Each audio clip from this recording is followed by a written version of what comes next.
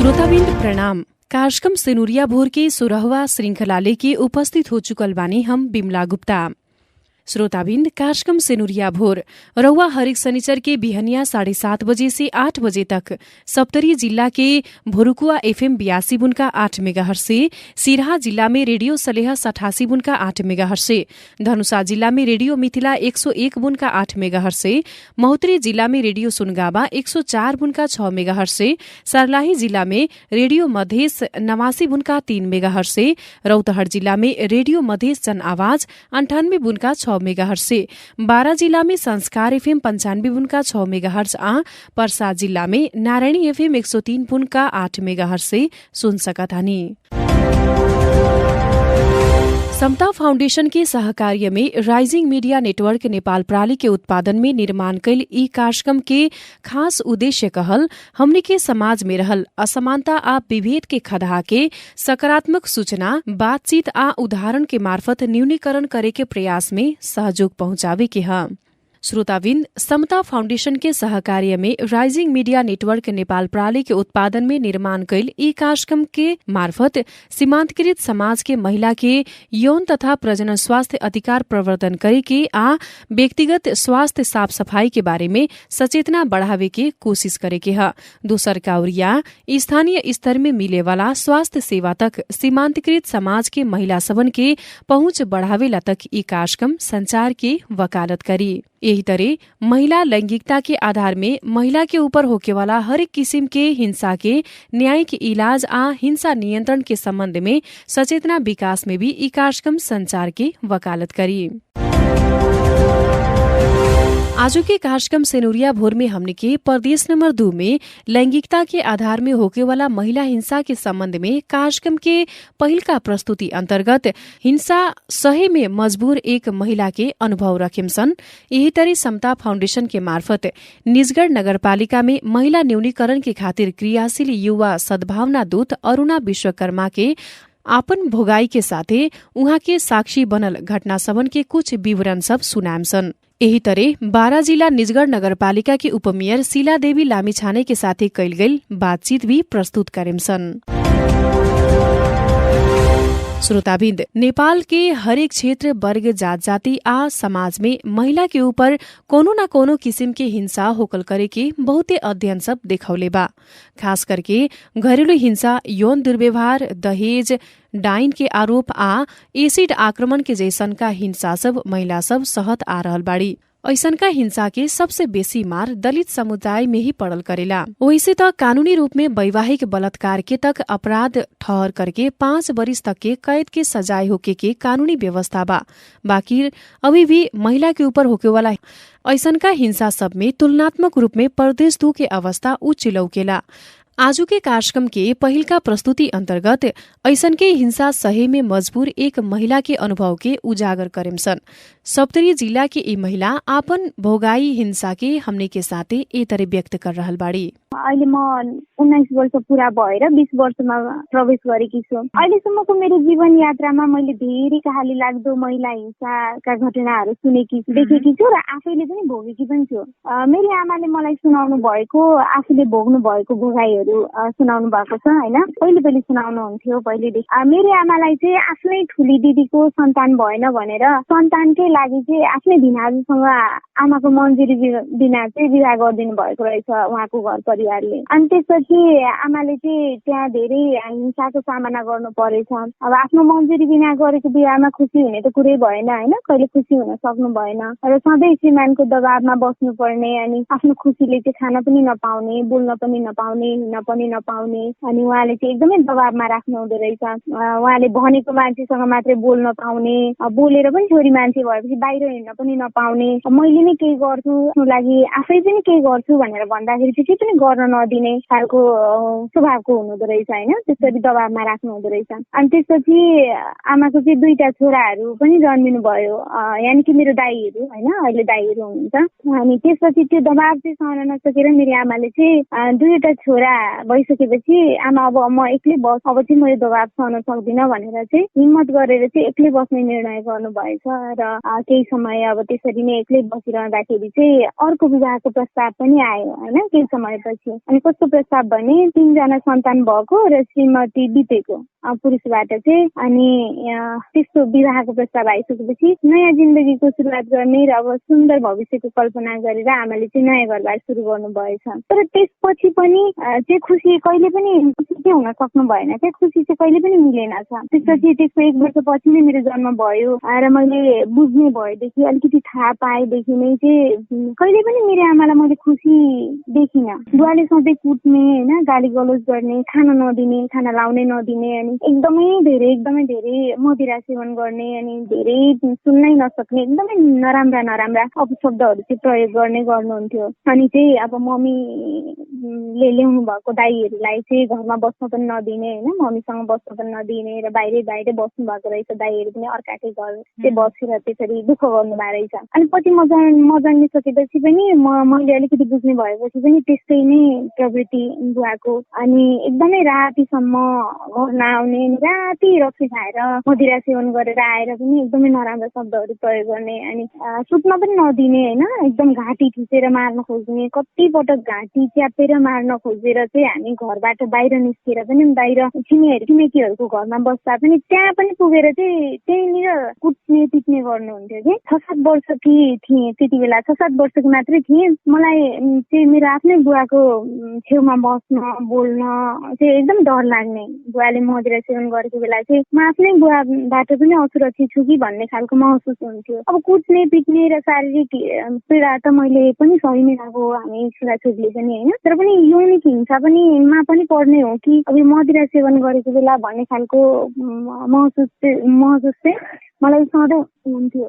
मेरो आमाले चाहिँ एकदम हिम्मत नहारिकन होइन आफ्नो हक र अधिकारको लागि चाहिँ लड्न थाल्नुभयो र प्रहरीलाई भनेर हुन्छ कि होइन, कतै आमा समूहहरू हुन्छन् त्यतातिर गुहारेर हुन्छ कि त्यसो गरेर चाहिँ आफ्नो हक र अधिकारको लागि चाहिँ लड्नुभयो। र त्यसपछि म 8 वर्षको हुँदा चाहिँ बुवाले छोडेर जानुभयो, घर छोडेरै जानुपर्ने अवस्था भयो होइन। गर्दा नभएपछि चाहिँ दुःख धेरै दिनुभयो, अनि दुःख दिइसकेर चाहिँ छोडेर जानुभयो। अनि त्यस पछाडि चाहिँ हामीलाई पनि अलिकति खुसी भएको चाहिँ आभास हुन थाल्यो, अनि खुसीले नै बस्न थाल्यौँ। त्यसपछि अब हुन त घरमा बस्दा पनि हामीलाई खाना लाउन र त्यति सुखले त नराखेको, तर पनि अब चाहिँ त्यो पारिवारिक जिम्मेवारी मेरो काँधमा पर्यो कि भन्ने खालको महसुस त्यति बेला नै मलाई भयो। र त्यति बेलैदेखि चाहिँ मैले पारिवारिक जिम्मेवारी पनि वहन गर्नु पर्यो। र 9 वर्षको उमेरदेखि, म 9 वर्षको हुँदादेखि चाहिँ मैले व्यावसायिक रूपमै जुन चाहिँ अब केही पनि छोड्नु त भएको थिएन, बुवाले सबै सामानहरू बेचेर र केही पनि नराखी जानु भएको थियो। अनि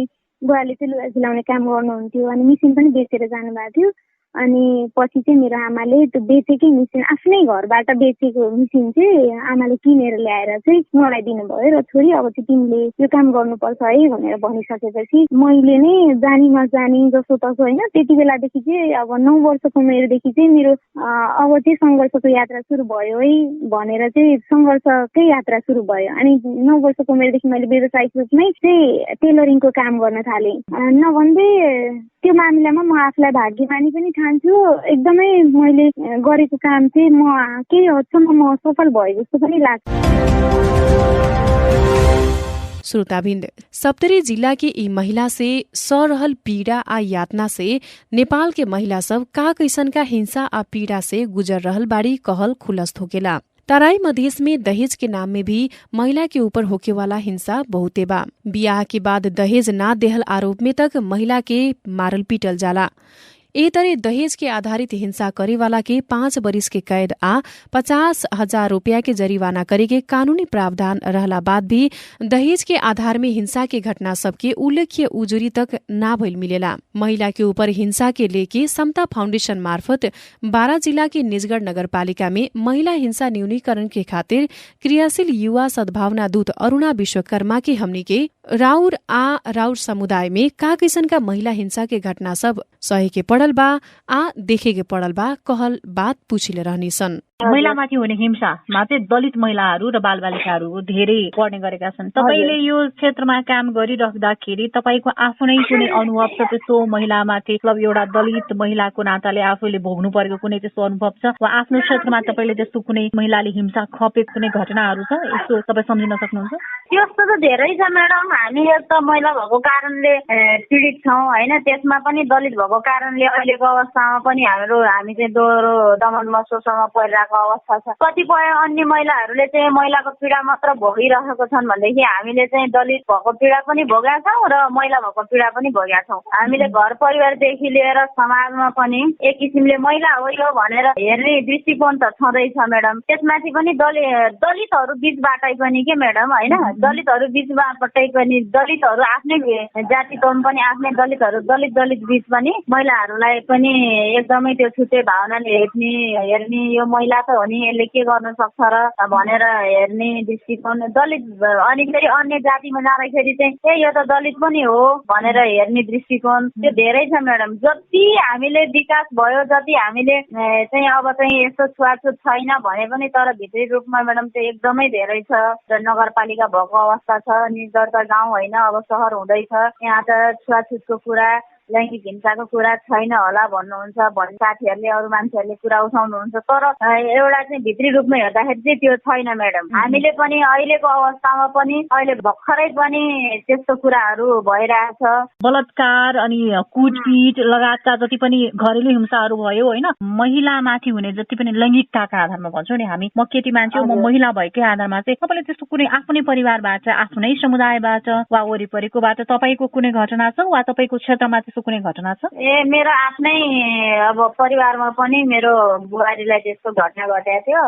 बुहारी भन्नाले भाइ बुहारी पर्नेलाई गाउँ जातको मान्छेहरूले त्यस्तो गलत नजरले अलिकति अब के भयो भने हजुरको म्याडम त्यो एउटा अब पुरुषले चाहिँ नजायज सम्बन्ध उ गर्नलाई जबरजस्ती गर्न खोज्यो, यो दलित महिला हो यसले के गर्न सक्छ र भन्ने, अब यसको कोही समाज पनि हुँदैन, यसको पक्षमा न्यायालय पनि हुँदैन, केही पनि हुँदैन भनेर अब त्यसरी चाहिँ हातपात गर्न खोजेको थियो। तर हातपात गर्न चाहिँ सकेन, ऊ भागेर बच्न सफल भयो। मुद्दा चल्यो म्याडम, मुद्दामा पनि न्याय पाएनौँ हामीले। कति दिन 17-18 दिन बसेर ढलौटी सलौटी राखेर त्यो मान्छे निस्कियो। अब यस्तै हो म्याडम, जहाँबाट पनि दलित महिलाहरू पीडित नै हो, खोइ अब न्याय चाहिँ कहिले पनि पाउने अवस्था छैन। अब के भन्नु। श्रोताबिन्द, उहाँ के रनी समता फाउंडेशन मार्फत बारा जिला के निजगढ़ नगरपालिका में महिला हिंसा न्यूनीकरण के खातिर क्रियाशील युवा सद्भावना दूत अरुणा विश्वकर्मा। नेपाल के हरेक क्षेत्र, वर्ग, जात जाति आ समुदाय में महिला के ऊपर कोनो न कोनो किसिम की हिंसा होकल करे के बहुते अध्ययन दिखैले बा। हमने के सामाजिक संरचना में ही हिंसा बा, एकर सबसे बेसी मार में दलित समाज रहल बा। उसबन महिला भइला के कारण ही घर के भीतर आ बाहर हिंसा सहिमला मजबूर बाड़ी। ओमे भी तुलनात्मक रूप में प्रदेश 2 में एकर मापन उच्च बा। प्रदेश 2 के 8 गो जिला में मानव विकास सूचांक अत्यंत न्यून बा। गरीबी, अशिक्षा आ जनचेतना के अभाव एतही के अधिकतर जनता के नियति लाखन बन चुकल बा। फलस्वरूप जातीय आ लैंगिक विभेद जैसनका कुप्रथा के आजू भी निरंतरता मिल रहल बा। इतना ही ना, समाज के शिक्षित आ अगुआ कहाय वाला लोग से भी महिला भइला के कारण ही उ सब के ऊपर विभेद आ दुर्व्यवहार होकल करेला। श्रोताबिन्द, तुलनात्मक रूप में आर्थिक अवस्था कमजोर रहल, सीमांतकृत आ विपन्न वर्ग के महिला सबन के बेसी महिला हिंसा के घटना के सामना करे के पड़ेला। और पिछिलका समय तथ्यांगत रूप में देखला बाद कोरोना महामारी शुरू भइला बाद महिला के ऊपर होके वाला हिंसा प्रदेश नंबर 2 में बहुते लौकल बा। महिला ओकरा ऊपर दलित महिला के त और भी कष्टकर अवस्था के सामना करे के पड़ल बा।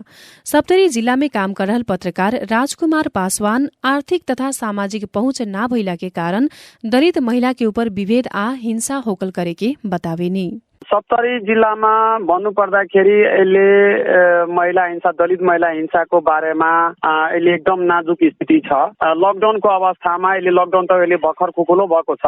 तथापि तपाईको अहिलेको स्थितिमा घरमा जुन मान्छेहरू मजदुरहरू बाहिरबाट आएर अहिले पनि घरमा बसिरहेछ, काम पनि भेटिरहेको छैन हैन, त्यो अवस्थामा यो त छुट्टै पाटो हो। तर पनि अहिले तपाईको जुन मजदुरहरूको जुन पाउनु पर्ने अवस्था छ, तिनीहरूको पारिश्रमिक तपाईको जुन ठाउँमा खटिरहेछ पारिश्रमिक आधारमा पनि त्यसलाई जुन पाउनु पर्ने हो त्यति चाहिँ भइरहेको अवस्था छैन। पारिश्रमिक मसँग जोड्न खोजेको, तर चाहिँ अहिले घरमा चलाउने, घरमा चलाउनेदेखि लिएर खर्चा, त्यसको विवाह, त्यसको अब भरण पोषणदेखि लिएर घरेसी समस्यादेखि लिएर तपाईँको पूर्ति हुँदैन। त्यसपछि पूर्ति हुँदैन अनि घरमा आफैमा कलह पनि हुन्छ। एउटा पाटो छ, कलह हुँदाखेरि आफैमा महिलाहरूमा, आफै पुरुषमा महिलामा हुन्छ हिंसा। अर्को कुरा पुरुष दलितमा पनि अब तपाईँको मुसर समुदायमा, डोम समुदायमा, दलित समुदायमा प्राय गरिकन तपाईँको दलित समुदायमा आउँछ अनि त्यसपछि उसमा हिंसा, रक्सीको खास गरिकन लागु पदार्थ सेवन गरेर आउने अनि त्यसपछि दिनभरि कमाउने अनि साँझमा चाहिँ लागु पदार्थ सेवन गरेर आउने, घरमा चाहिँ अब दिनचर्या गरेर आउने र त्यसमा बाटैमा पनि त्यो रक्सी चाहिँ खाएर आउने, लागु पदार्थ सेवन गरेर आउने र तिनीहरूलाई सबभन्दा बढी त्यो खाएर आउने अनि त्यसपछि घरमा श्रीमतीहरू अहिलेसम्म के कमाएर आएको छ, के दाल चामल ल्याएर आएको छैन, के गर्नुपर्ने, अब 2 दिन कमाउने, 4 दिन खाने, 1 दिन कमाउने, 5 दिन बस्ने हैन। त्यो कारणले पनि तपाईको महिला हिंसा बढी, दलित भित्रमा पनि महिलाहरूमा श्रीमानसँग, ससुरासँग महिला हिंसाको करारमा पर्छ। तपाईको घटना घटिसकेपछि गाउँमा समुदायमा के प्र्याक्टिस छ भने अब तपाईको जस्तै म पत्रकारिताको हैसियतले भन्नु पर्दाखेरि र गाउँको पनि समाजको एउटा हैसियतले भन्नु पर्दाखेरि तपाईको गाउँमा घटना घट्छ, कुनै किसिमको महिला घटना घट्दाखेरि पनि अब तपाईको कुटपिट भयो, मानव श्रीमान श्रीमतीमा कुटपिट भयो वा चेतनाको कारणले कुटपिट भयो र त्यसलाई पनि अब एउटा के अरे इलाका प्रहरीमा भनौँ या प्रहरी चौकीमा भनौँ वा गाउँ समाजमा पञ्चायती गरौँ भन्दाखेरि त्यसले एउटा हुन्छ नि, एउटा कसरी हुन्छ या माफी मगाएर हुन्छ कि के गरेर हुन्छ, त्यसले गर्दाखेरि पनि तपाईको के दबाएर राख्छ भने यो मेरो श्रीमान हो, भोलि पर्सि गाउँ समाजमा या प्रहरी चौकीमा लगेर पञ्चायती गरौँ भने फेरि मेरो माथि चाहिँ फेरि पनि हिंसा हुन्छ कि भनेको डरले त्यसमा दबाएर राख्छ क्या कति। अर्को कुरा के छ भने हाम्रो समुदायमा सबभन्दा बढी, हाम्रो समुदायमा दलित समुदायमा भन्नु पर्दाखेरि के छ भने सबभन्दा बढी शिक्षामा हामीलाई जोड दिनु पर्यो। किनभने शिक्षामा यदि जोड दिएन भने त्यही खालको यदि संरचना, त्यही खालको हाम्रो सन्ततिहरू भयो भने, किनभने पढे लेखेको हुँदैन, त्यसपछि तपाईँको आर्थिक विपन्नता त्यस्तै हुन्छ, लागु पदार्थको कुराहरू हुन्छ, गाउँघरमा पिछेको कुरा हुन्छ। त्यही भएर यसमा चाहिँ शिक्षामा सबभन्दा बढी जोड दिनुपर्ने र स्थानीय सरकारले वडा अध्यक्षदेखि लिएर वडा समितिहरूले पनि त्यसमा अलिकता चासो र जुन अधिकार दिएको छ न्यायिक समितिमा, त्यो न्यायिक समितिमा पनि चाहिँ त्यो हिसाबले गरेर जति अधिकार दिएको छ त्यो अधिकार प्रयोग गरेर महिलालाई न्यायमा पहुँच दिलाउनु पर्ने मेरो जोर हो र स्थानीय सरकारसम्म पनि मेरो आग्रह हो। श्रोताबिन्द, उहाँ के रहनी सप्तरी जिला में काम कर रहल पत्रकार राजकुमार पासवान हमने के सप्तरी जिला फतेहपुर स्वास्थ्य चौकी के प्रमुख राजकुमार जहाँ के स्वास्थ्य संस्था तक हिंसा पीड़ित महिला के इलाज के खातिर का कैसे आवल करेली कह के पूछले रहनी। अब यसमा मैले सर्च देख्दाखेरि हैन अरु महिला हिंसाको बारेमा त खासै त्यति महिलाहरू त आएको छैन, तर यता कता कहिले आएपछि प्राय अनुहारमा जरुरत भएको हैन महिलाहरू यहाँ उपचार गरेर एकदम न्यू नै छ हैन। त्यस्तो अब बाहिर त होला, यहाँ किन फतेहपुरको बेचमै तपाईँको पोलिक्लिनिकहरू 3टा छ हैन एउटा स्वास्थ्य चौकी छ अनि प्राइभेट हैन आफ्नो मेडिकल पसलहरू छ। अब प्राय स्वास्थ्य संस्थापतिको के छ भने नि हैन 20 लाख मान्छेलाई हैन भन्दा पनि यहाँ एउटा मोडेल हस्पिटल छ हैन, पोलिक्लिनिक छ भनौँ न हैन, फतेहपुर पोलिक्लिनिक छ। अब सबभन्दा बढी महिलाहरूको उपचारको निकटमा त्यहाँको फ्लो बढी छ, हाम्रो स्वास्थ्य संस्थाको फ्लो अलिक घट्दो छ हैन।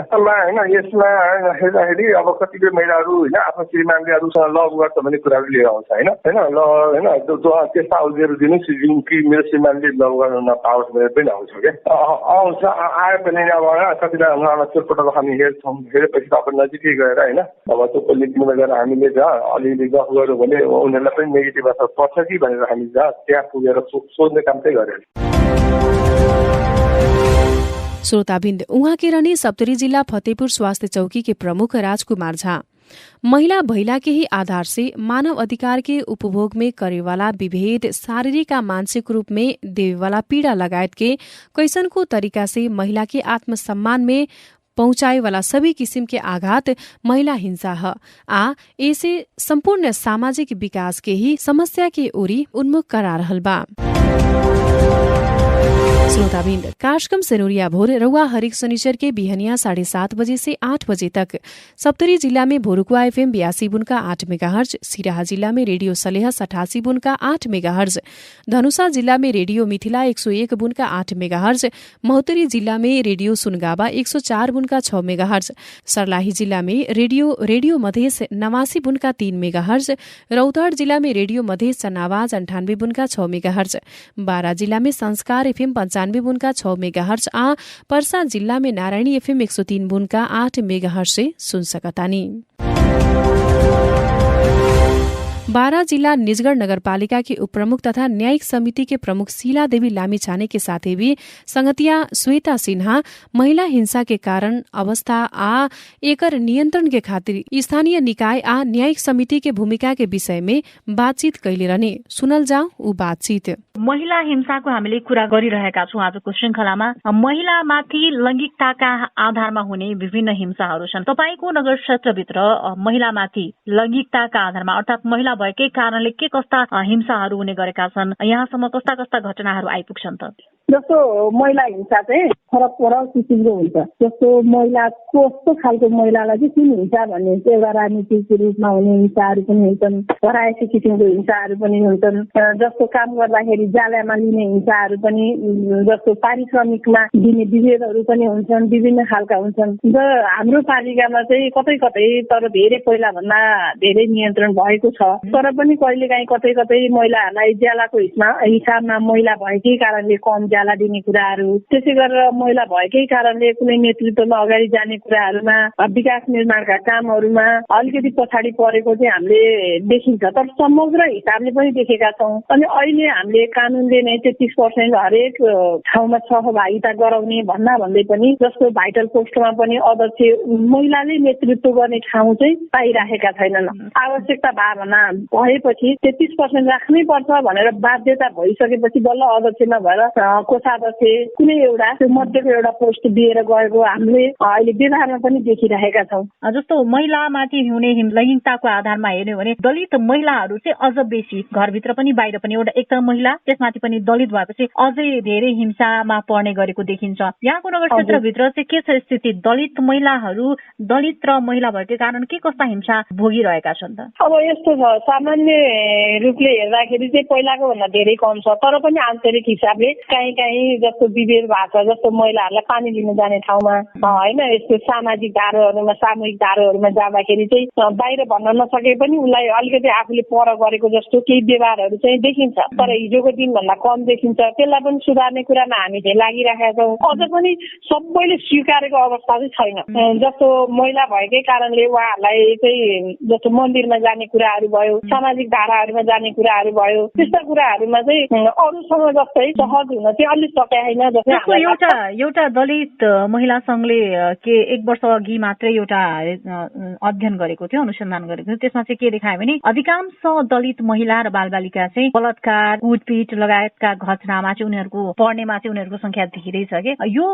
तर त्यो अघि मैले पनि भने होइन, शिक्षा अनि आर्थिक उत्पादन नहुनु के, उहाँहरूसँग आर्थिकमा अब्बल हुनुहुन्न, अनि त्यसमा रोजगारीका कुराहरू जोडिन्छन्, प्रलोभनका कुराहरू जोडिन्छन्, अनि त्यसरी फकाएर फसाइएको देखिन्छ। तर त्यो दलित भन्दा पनि गरिब हुनुको कारणले पनि त्यो भइराखेको छ। सँगसँगै अहिले पनि दलितहरूको स्तर उठाउन नसक्नुमा विभिन्न कारणहरू छन्। जस्तो हिजोदेखिको कारणले चाहिँ अहिलेसम्म त्यो जगडिरहेको छ। कसरी भन्दा पशुपालन गरेर दुध बिक्री गर्न पाउँदैन, ऊ कसरी सक्षम बन्थे त? हिजोदेखि त्यस्ता खालका वर्गहरू चाहिँ गरिब हुँदै आए, तर गरिबीको कारणले उहाँहरू चाहिँ बढी हिंसामा पर्नुभयो कि जात पनि भयो, जात सँगसँगै गरिबीको कारणले चाहिँ त्यो भयो, त्यो वर्ग चाहिँ गरिब भयो, किनकि उसले उत्पादन गरेका सामानहरू चाहिँ सबैले सहजसँग नलिदिने, अनि उहाँहरू चाहिँ पहिलेदेखि हामीले गर्न हुँदैन कि भन्ने हिसाबले जाने, त्यसले गर्दाखेरि पनि गरिबी बढी भयो नि हिंसा बढी भयो। अहिलेसम्म हामीले हेरेका छौँ नि त, दलितकै पनि सक्षम परिवारको घरमा हिंसा कम हुन्छ, उसलाई समाजले पनि कम हिंसा गर्छ, तर अलिक गरिब परिवारको घरलाई बढी हिंसा हुन्छ। अहिले त म भन्छु जातको आधारले भन्दा पनि धनी गरिबको आधारले आर्थिक उत्पादनको आधारले चाहिँ बढी हिंसामा परिराखेको जस्तो चाहिँ मेरो व्यक्तिगत त्यो चाहिँ अनुभव छ मलाई। कारणहरू त यी होला पक्कै पनि उपमेयरज्यू, तर जस्तो अहिले हरेक स्थानीय तहमा चाहिँ न्यायिक समितिको व्यवस्था गरिएको छ। उपमेयरको हिसाबले यहाँ संयोजक पनि हुनुहुन्छ। यहाँको न्यायिक समितिले चाहिँ महिलामाथि लैङ्गिकताका आधारमा हुने हिंसाका घटना, त्यसमाथि पनि दलित महिलामाथि हुने घटनालाई चाहिँ कसरी मतलब समाधान गर्ने गर्दछ? के छ, के गरिरहनु भएको छ नगर क्षेत्र? जस्तो निजगढ नगरपालिकामा चाहिँ अब त्यस्तो मैले अब समग्र हिसाबले नि भने केही निजगढको पनि छ। निजगढ नगरपालिकामा अब त्यो जात भातकै आधारले चाहिँ अहिलेसम्म त्यो उजुरीहरू परेको छैन। काहीँ काहीँ हामीले देख्दाखेरि सामान्य रूपले परे पनि कहाँ छ भनेर सुनेर त्यो वडा स्तरमै हामीले मिलाउने पनि गरेका छौँ होइन। त्यस्तो घटनाहरू धेरै आएको छैन। अनि महिला हुनुकै कारणले जस्तो ज्यालाका विभेदहरू यस्तो कुराहरू उजुरीको रूपमा चाहिँ आएको छैनन् न्यायिक समितिमै भनेर। अब न्यायिक समितिमा आउने भनेको अहिलेसम्म हामीले जग्गाका कुराहरू, साथ सिमानाका कुराहरू, अनि श्रीमान श्रीमती घर परिवारका विवादका कुराहरू, त्यस्तो कुराहरू चाहिँ आइराखेको छ। जस्तो यो मुद्दाहरू त आएनन्, पक्कै पनि आएनन्, किनकि दलित महिलाहरूलाई चाहिँ हिंसामा परे पनि त्यति न्यायसम्म पहुँच त्यति सहज छैन, किनकि त्यही समाजमा त्यही छरछिमेकमा नै मिलाउने दबाउने प्रयास धेरै गरिन्छ। पञ्चायतको व्यवस्था अहिले होइन उहिले खारेज भइसके, तर पञ्चायत बसेर पनि त्यस्ता दलित महिलालाई अझै पनि पीडित महिलालाई चाहिँ पीडित नै हुने गरी विभिन्न पञ्चायती गरेर विभिन्न निर्णयहरू गरेर उनीहरूको माथि भएको हिंसालाई दबाउने कोसिस गरिएका घटनाहरू थुप्रै छन्। यस्तो निजगढ नगरपालिकामा त्यसरी दबाउने घटना चाहिँ हामीले थाहा पाएको छैनौँ होइन। अब जनप्रतिनिधिसँग सम्म नआएको घटनाहरू छ भने चाहिँ त्यस्तो मलाई थाहा नभए होला होइन। नत्र त्यसरी जनप्रतिनिधि बसेर चाहिँ जस्तो दलित विभेद गरेकै आधारमा, जातित्वकै आधारमा त्यसरी मिलाएको केसहरू चाहिँ हामीले देखेका छैनौँ। म भन्छु म त त्यस्तो छ भने तपाईँ मिलाउनेमा नलाग्नु, उजुरी लिएर आउनु। जस्तो न्यायिक समितिमा मात्रै नभएर जिल्ला प्रशासन उजुरी गर्ने सम्बन्धित निकायमा उजुरी लानुपर्छ भनेर पनि विभिन्न सभाहरूमा त्यस्तो भेलाहरूमा पनि बोल्ने गरेको छु। उहाँ केरनीय प्रदेश नंबर 2 बारा जिला निजगढ़ नगरपालिका के उपमेयर शीला देवी लामिछाने। श्रोताबिंद, हमने के सेनुरिया भोर कार्यक्रम के बीतल श्रृंखला के कार्यक्रम में महिला के ऊपर होके वाला घरेलू हिंसा के विषय में कुछ प्रश्न सब पूछले रहने, जे अंतर्गत घरेलू हिंसा के नियंत्रण के खातिर नेपाल में निर्माण कल गल एन के नाम का ह। कहल प्रश्न के सही जवाब ह घरेलू हिंसा कसूर आ सजाय एन 2066। घरेलू हिंसा के 4 गो प्रकार काका हवे?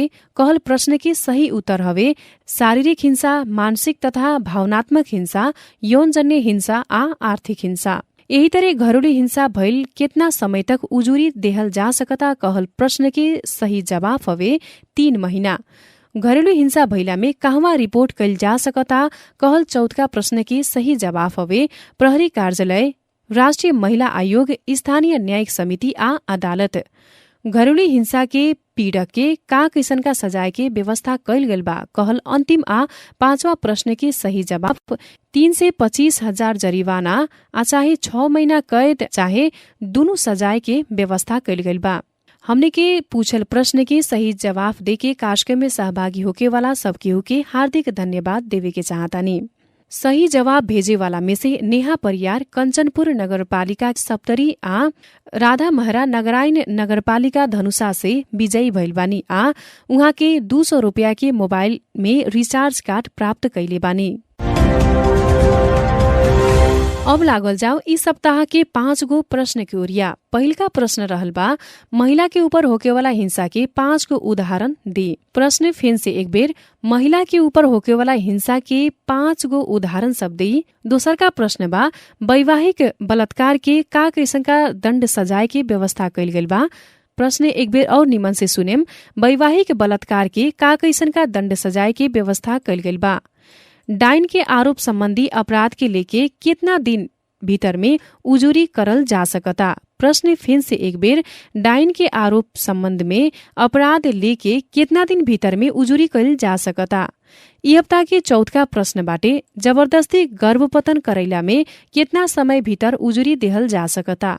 प्रश्न फिर से एक बेर और सुनेम जबरदस्ती गर्भपतन करैला में कितना समय भीतर उजुरी देहल जा सकता? अब अंतिम आ 5वां प्रश्न रहल बा बियाह के बाद दहेज मांग करे वाला के का कैसन का दंड सजाए की व्यवस्था कइल गेल बा। प्रश्न फिर से एक बेर सुनेम बियाह के बाद दहेज मांग करे वाला के का कैसन का दंड सजाए की व्यवस्था कइल गेल बा।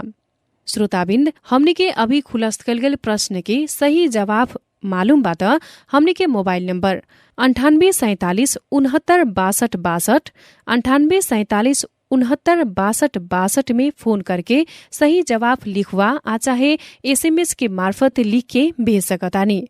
यही तरह समता फाउंडेशन के फेसबुक पेज में तक प्रश्न सब राखल गइल बा, उ फेसबुक पेज के मार्फत भी जवाब दे सकतानी। फिर से एक बेर 3 गो तक प्रश्न मिलाए वाला व्यक्ति में से 2 जने के गोला प्रथा के मार्फत 200 रुपया के मोबाइल में रिचार्ज कार्ड उपलब्ध करावल जाई।